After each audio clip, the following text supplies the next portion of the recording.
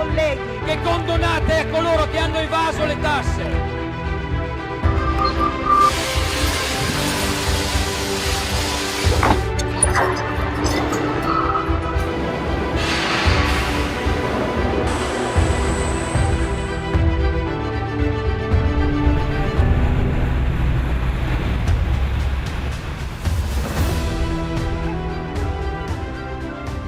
لە کۆتاییەکانی ساڵی 2018 جیهان بەسەر سوورمانەوە دەیڕوانی ئەو وێنانەی کە لە پاریس و شارەکانی دیکەی فەڕەنساوە دەهاتن، ئەویش خۆپێشاندانی دەیان هەزار خەڵکی ئاسایی و چینی ناوەڕاستی فەڕەنسا بوو کە هەرزوو بە خۆپێشاندانی هێلک زەردەکان ناوبانگی دەرکرد.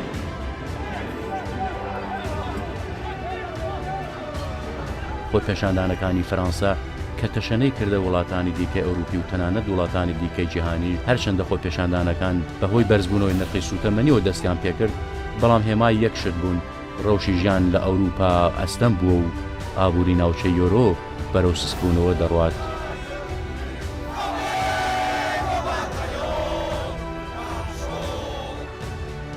خۆپێشاندانەکانی فەڕەنسا تەنانەت لە پشوەکانی سەری ساڵی نوێ زاینیش نەوەستان و تەشەنەی کردە ناو ساڵی 2019 و ناڕەزایەتەکانیش هێشتا بەردەوامن.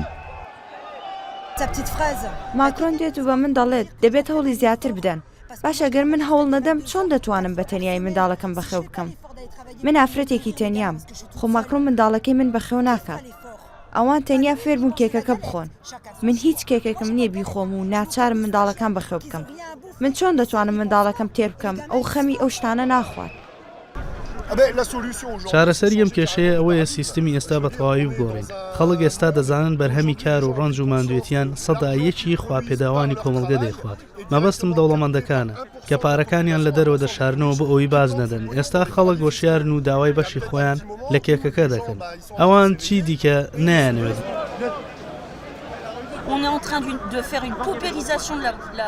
ئەوان خەڵک هەژارتر دەکەن و خەڵکی هەژاریش تاوانبار دەکەن. ئەمە زۆر بێزارکەرە.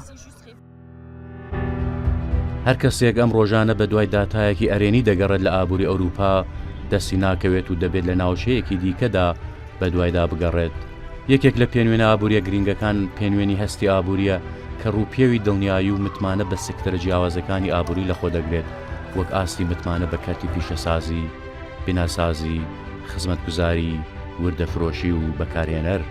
پێنوێنی هەستی ئابووری کۆمسیۆنی ئەوروپا لە مانگی 12 ساڵی 2018دا دابەزیوە بۆ کەمترین ئاستی خۆی لە 2 ساڵی ڕابردوودا. پێنوێنی هەستی ئابووری کۆمسیۆنی ئەوروپا کە بە ESI ناسراوە لە مانگی 12 2010 دابەزیوە بۆ ئاستی 107.3. ئەوە لە کاتێکدایە ئەو پێنوێنە لە مانگی 11 2010 لە ئاستی 109.5دا بوو. ئاستی ئەو پێنوێنە خراپتر بوو لەو ئاسانەی کە پێشبینی دەکران. پلەی فەڕەنسا بەهۆی خۆپێشاندانەکانی هێلک زەردەکان بە بڕی 2 پلە دابەزیوە. ئەڵمانیا گەورەترین ئابووری ئەوروپا 1.9 پلە و ئیتالیا 1.4 پلە و هۆڵەندا 0.3 پلە و ئیسپانیا 3 پلە دابەزیوە.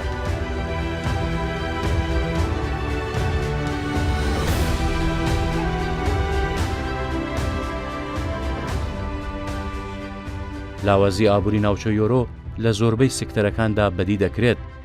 سکتەری پیشەسازی کە سەرەکی ترین فاکتەری گەشەی ئابووری ئەوروپایە 2.3 پلە دابەزیوە. لە پاڵ سکتەری پیشەسازیدا سکتەری خزمەتگوزاریش بە 1.3 پلە دابەزیوە. دڵنیایی بەکاربەر لە ئەوروپا لە مانگی 12 بە بڕی 3.2 خاڵ دابەزیوە. ئەوەی لە داتاکانی کۆمسیۆنی ئەوروپا بەدی دەکرێت ئەوەیە خاوبوونەوەی ئابووری ئەوروپا بە ئەگەری زۆرەوە شۆڕ دەبێتەوە بۆ چارەکی یەکەمی ئەم ساڵ. پێشبینی دەکرێت لە ساڵی 2019 هاوچەشنی کۆتاییەکانی ساڵی 2018 بەهۆی بەهێزبوونەوەی بەها یۆرۆ و هەروەها کەمبوونەوەی خواست کاریگەری گەورە لەسەر ئابووری ئەوروپا دابنێن و سستی ئابووری ئەوروپا لە 2019دا بەردەوام بێت. بانکی ناوەندی ئەوروپا پێشبینی کردووە کە ئابووری ئەوروپا بە ڕێژەی سەدا 1.7 لەم ساڵدا گەشە بکات، بەڵام داتاکانی کۆمسیۆنی ئەوروپا ئاماژە بەوە دەدەن کە ئەگەری کەمە ناوچە یۆرۆ بتوانێت ئەو ئاسە لە گەشەی ئابووری بپێکێت. بانکی ناوەندی ئەوروپا ڕایگەیاندووە لەبەر نیگەرانەکانی لەسەر گەشەی ئابووری ناوچە یۆرۆ تاوەکو هاوینی داهات و ڕێژەی سوودی بانکی بەرز ناکاتەوە. ئێمە بڕیارمان داوە ڕێژەی سوودی بانکی نەگۆڕین و لە ئاستی ئێستادا بیهەڵینەوە. پێشبینی دەکەن ڕێژەی سوودی بانکی بە درێژایی هاوینی ئەم ساڵ گۆڕانکاری بەسەردانێت و ئەگەر نەگەینە ئەنجامەکان کە گەیشتنە بە ڕێژەی هەڵاوسانی سەدا دوو. ئەوە هەر لە ئاستی ئێستا ڕێژەی سوودی بانکی جێگیر دەکەین. یەکێک لە کێشە ئابوووریەکانی ناوچەی یۆرۆ ئەوەیە کە ڕێژەی هەڵاوسان زۆر بە ئەستەم بەرز دەبێتەوە.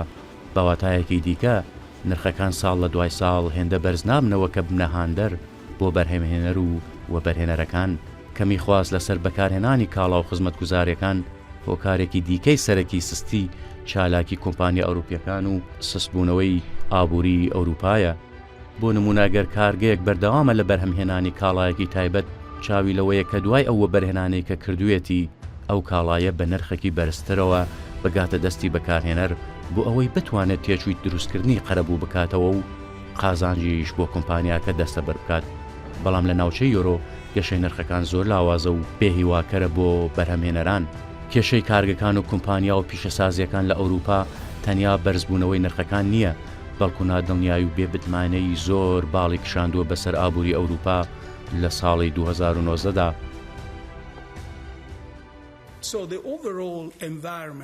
نادڵنیایی باڵی کشاندووە بەسەر ئابووری ئەوروپا کە لە ناکاو شێوازەکانی دەگۆڕێت. ئەم هۆکارە ئەگەر هۆکاری سەرەکی نەبێت لانی کەم یەکێک لە هۆکارانەیە کە ئەنجومەنی بانکی ناوەندی ئەوروپا ئەم داتا لاوازانەی خستۆتە ڕوو. سەبارەت بە کەرتی بازرگانی بە پێی ئامارەکانی یۆرۆستات ناوەندی فەرمی ئاماری ئەوروپا چالاکیە بازرگانیەکان لە مانگی 2010دا دابەزیون بۆ 51.1 ئەوە لە کاتێکدای ئەو پێنوێنە لە مانگی 11 52.7 خاڵ بووە. نزیکبوونەوەی پێنوێنی چالاکیە بازرگانیەکان بۆ 50 خاڵ بەو مانایە کە ئابووری ناوچەی یۆرۆ لە جیاتی گەشە سەندن بەرەو بچووکبوونەوە دەڕات. لە ڕاستیدا ئاسی 50 خاڵ سنووری نێوان گەشە و بچووکبوونەوەی ئابووریە. پێنوێنێکی دیکە کە بە پێنوێنی کڕینی بەڕێوەبەران ناو دەبرێت و بە PMI ناسراوە لە مانگی 12دا دابەزیوە بۆ 59.1 خاڵ لە کاتێکدا ئەو پێنوێنە بۆ مانگی 11 59.5 بووە. پێنوێنی PMI هێمایەکە بۆ تەندروستی ڕەوشی ئابووری و پیشەسازی هەر وڵاتێک. PMI سەروی 50 بە مانای گەشە سەندن دێت و لە خوارەوەی 50 بە مانای سستی ئابووری دێت. ئەوەی لێرە جێگەی سەرنجە لە مانگی 12 ئەو پێنوێنە لە ناوچەی یۆرۆ دابەزیوە. لەگەڵ پێنوێنە ناوەمیدکەرەکان بۆ ئابووری ئەوروپا ئەگەر ئاوڕێک لە ڕێژەی بێکاری ئەوروپا بدەینەوە دەبینین بە ڕێژەیەکی کەم باشبوونەوەیەک بەدی دەکرێت لە بازاڕی کاری ئەوروپادا. ڕێژەی بێکاری لە مانگی 12 لە ئەوروپا دابەزیوە بۆ سەدا 7.9 ئەوە لە کاتێکدایە لە مانگی 11 ڕێژەی بێکاری لە ئەوروپا سەدا 8 بووە. لە مانگی 12 ژمارەی بێکارانی ناوچەی یۆرۆ 90,000 کەمی کردووە.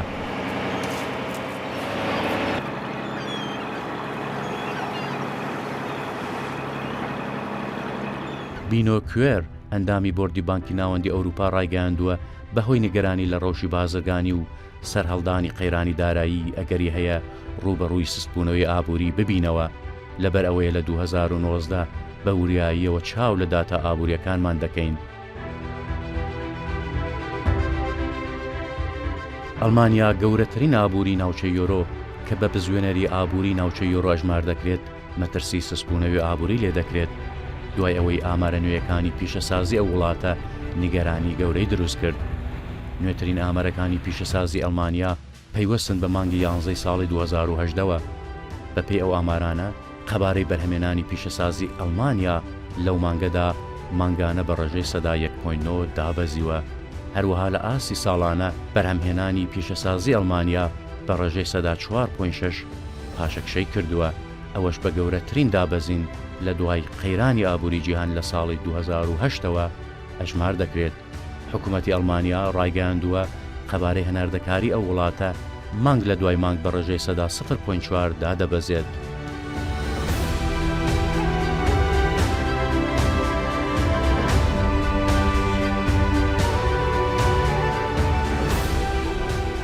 کلاوس ویستیسن ئابووریناسی سەر بە کۆمپانیای پانسیۆم لەو بارەیەوە دەڵێت داتاکانی پیشەسازی ئەڵمانیا زۆر نیگەرانکەرن.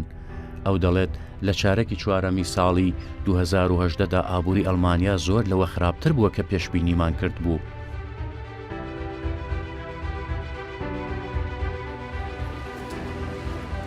ئەڵمانیا گەورەترین ئابووری ئەوروپایە و هەر چەشن دابەزینی گەشەی ئابووری ئەو وڵاتە کاریگەری گەورە لەسەر ئابووری وڵاتانی دیکەی ئەوروپا وەک فەرانسە و ئیتالیا و تەنانەت وڵاتانی وەک یۆنانیش دەکات. داتەکانی پیشەسازی فەرانسە ئاماژە بەوە دەدەن قەبارەی بەرهەمێنانی پیشەسازی فەرانسە لە مانگی 11 بە ڕێژەی سەدا 1.3 دابەزیوە. ئەوە شوای کردووە قەبارەی بەرهەمێنانی پیشەسازی فەرانسە لە ئاسی ساڵانە بە ڕێژەی سەدا 2.1 دابەزێت. دەکرێت خۆپێشاندانەکانی هێلک زەردەکان بە هۆکارێکی دابەزینی قەبارەی بەرهەمێنانی پیشەسازی فەرانسە ئەژمار بکرێت لەبەر ئەوەی خۆپێشاندانەکانی هێلک زەردەکان بوونەتە هۆکاری کەمبوونەوەی هەستی بەکارهێنەران لە فەرانسە و ئەوەش کاریگەری کردووەتە سەر کارتی پیشەسازی ئەو وڵاتە. دابەزینی گەشەی کارتی پیشەسازی فەرانسە تایبەت نییە بە مانگی 11 ساڵی 2010 بەڵکو لە چارەکی یەکەم و دووەمی ئەو ساڵەدا کارتی پیشەسازی فەرانسە دڵخۆشکەر نەبوون.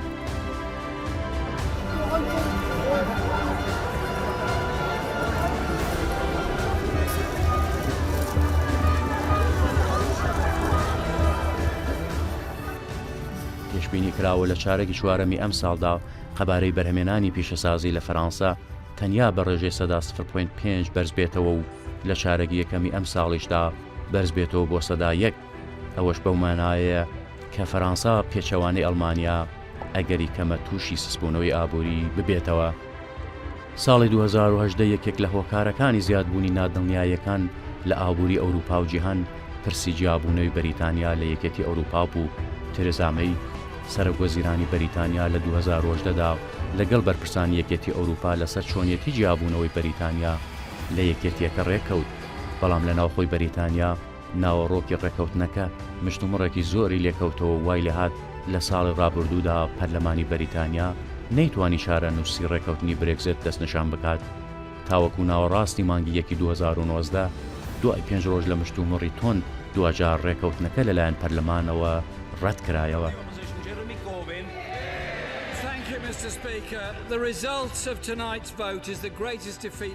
ئەنجامی دەنگدانەکەی ئەم شەوی پەرلەمان بە گەورەترین شکست هەژمارەکرێ بۆ حکوومەتی بەریتانیا لە دوای ساڵی 1920ەوە.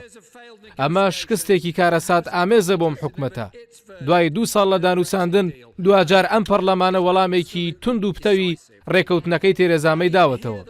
من گوێم لە وتەکانی سەرۆکوەزیران گرت، بەڵام کردەوەی خۆی و حکوومەتەکەی لەم 2 ساڵەی دواییدا بە جوانی دەری دەخەن کە چۆن ئەوان سەرقاڵی پرۆسەیەکی شکستواردوو بوون.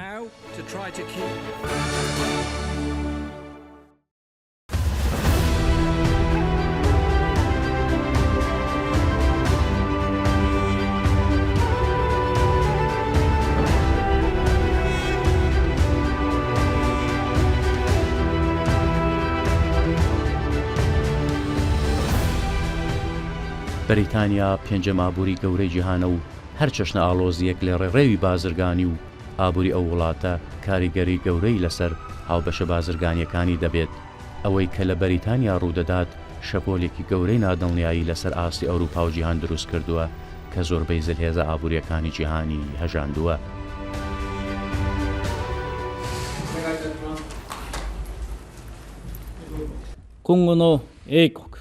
ئێمە بە وردی چاودێری هەڵسکۆتی بەریتانیا و یەکێتی ئەوروپا دەکەین وەکو چۆن پێشتر داوامان لەو دوو لایەنە کردووە.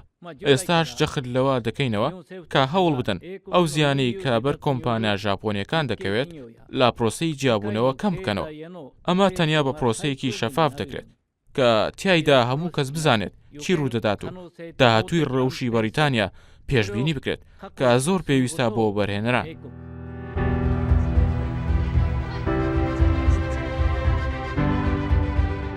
بەرپرسانی حکوومەتی کوریای باشوور چوارەم ئابووری گەورەی جیهان دوای ڕەتکردنەوەی ڕێکەوتنی برێکزت کۆبوونەوەیەکی بە پەلەیان ڕێکخست و داوایان لە بەریتانیا کرد کار بکات بۆ سنووردارکردنی زیانی کۆمپانیا کوریەکان.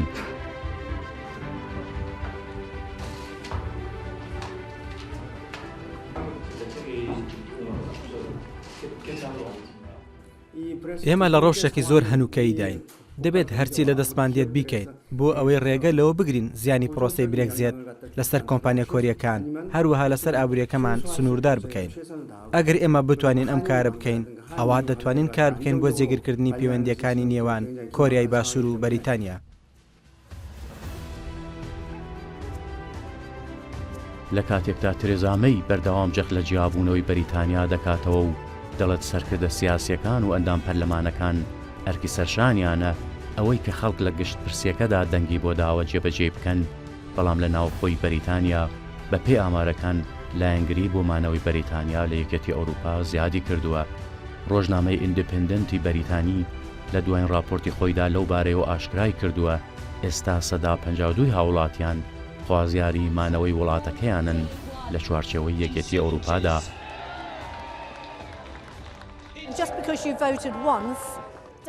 کە تۆ جارێک دەنگت داوە با جیابوونەوە بۆ مانایە نییە کە بژاردەی دیکە ئێستا لە بەردەست نییە. ئەوەی ساڵی ڕابردوو ڕوویدا ڕەنگە ئێستا ڕوو نەداتەوە. با بژاردەی زیاترمان هەبێت. بەڕای من زۆر واقعیانە کا ڕەنگە تۆ نەتبرد بێتەوە.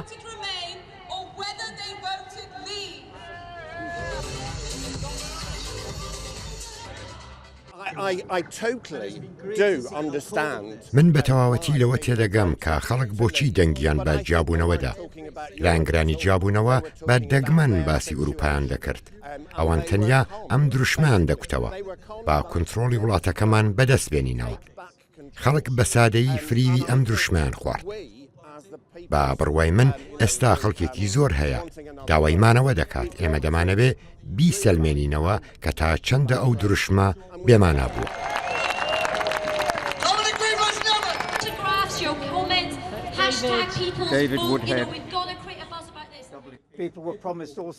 ئەوانەی کە لە 2016 خەڵکیان هەندا بۆ جیابوونەوە لە یەکێتی ئەوروپا بەڵێنی زۆریان بۆ خەڵکەدا، بەڵام هیچیان جێبەجێ نەکردووە. ئێستا زۆر شت سەبارەت بە برێکزێت ڕوون بووەتەوە. پێم وایە دەبێت چەندێکی دیکە بە خەڵکی بدرێت. ئەمە زۆر شتێکی نامۆیە. ئەو کەسانەی کە لایەنگیری جیابوونەوەن دەڵێن گشتپرسیەکی دیکە دژی بنەماکانی دیموکراسیە. دەی باشە ئەگەر پێیان وایە وا دەزانن جیابوونەوە هەواداری زۆری ماوە و پێگەیان بتەوە، دەبێت بڕوایان بەخۆیان هەبێت و ڕێگە بە گشتپرسیەکی دیکە بدەن.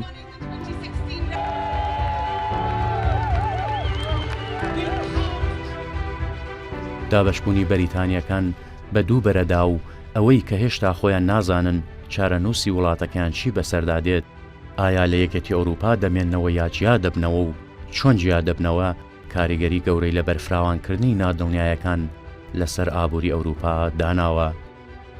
یەکێکی دیکە لەو کێشانەی کە ئابووری ئەوروپای لەم ساڵدا تەموو مژاوی کرد ئەو قەیرانەیە کە لە ئیتالیاوە سەری هەڵداوە. دوای ئەوەی لە ساڵی 2010 پارتە ڕاستەوەکان دەسەڵاتیان لە ئیتالیا گرتە دەست، کێشەکانی حکوومەتی ئیتالیا لەگەڵ کۆمسیۆنی ئەوروپا دەستی پێکرد. ئیتالیا دوای مشتومڕێکی زۆر و ڕوبەڕووبوونەوەیەکی گەورە لەگەڵ کۆمسیۆنی ئەوروپا توانی لە دوایین ڕۆژەکانی ساڵی 2010دا پرۆژە یاسای بودجێ 2019 خۆی پەسەند بکات. حکوومەتی ئیتالیا کە لە بزوتنەوەی 5 ئەستێرە و پارتی دژە سیستم پێکاتوە بە تونتی بربەستەکانی کۆمسیۆنی ئەوروپای ڕەت کردەوە بەوەی کە کورتکێنانی بودجێ 2019 ئەو وڵاتە نابێت لە سەدا دوو تێپەڕێنێت. کۆمسیۆنی ئەوروپاش هەڕەشەی سەپاندنی سزای بەسەر ئیتالیا کرد. ئەوەش لە مێژوو یەکێتی ئەوروپا بە ڕووداوێکی ناوازە هەژمار دەکرێت. دوای هەڕەشەکانی کۆمسیۆنی ئەوروپا دوجار پەرلەمانی ئیتالیا بودجێ 2019 لە کاتێکدا پەسەند کرد کە هێشتا بودجەکە ڕێژەی سەدا 2.4 کورتێنانی لەخۆگرتووە. داتا ڕسمیەکانی ئەوروپا ئاماژە بەوە دەدەن کە ئابووری ئیتالیا بە پێچەوانەی پێشوو تەنیا بە ڕێژەی سەدا 1 گەشە دەکات. پێشتر داداکانی یۆرۆستات ئاماژیان بەوە دەکرد کە ئابووری ئیتالیا دەتوانێت لە 2019 بە ڕێژەی سەدا 1.5 گەشە بکات. کێشەیەکی دیکەی ئیتالیا هەروەها بەرزبوونەوەی قەبارەی قەرزەکانی ئەو وڵاتەیە کە بەرز بووەتەوە بۆ سەدا 130 کۆی بەرهەمهێنانی ناوخۆیی ئەو وڵاتە.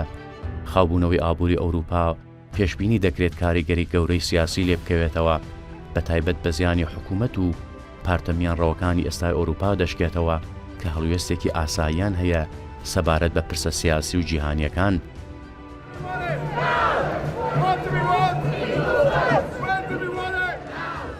هەڵبژاردننی پەرلەمانی ئەوروپا لە مانگی پێنجی ئەم ساڵدا بە دڵنیاییەوە پێوەرێکی گرنگ دەبێت بۆ دەنگدەران بەو پێی ئاسی ڕازیبوونی هاوڵاتیانی ئەوروپی لە ڕەوشی ئابووری ناوچەی یۆرۆ دەردەخات. هەرچەندە دەرەنجامە پێشبینی نەکراوەکان بۆ هەڵبژاردننی ئەوروپا بە تەنیا پەیوەست نییە بە ڕۆژی ئابووری، بەڵام ڕۆژی ئابووری فەکتەرێکی گرنگی ئەم هەڵبژاردنانە دەبێت.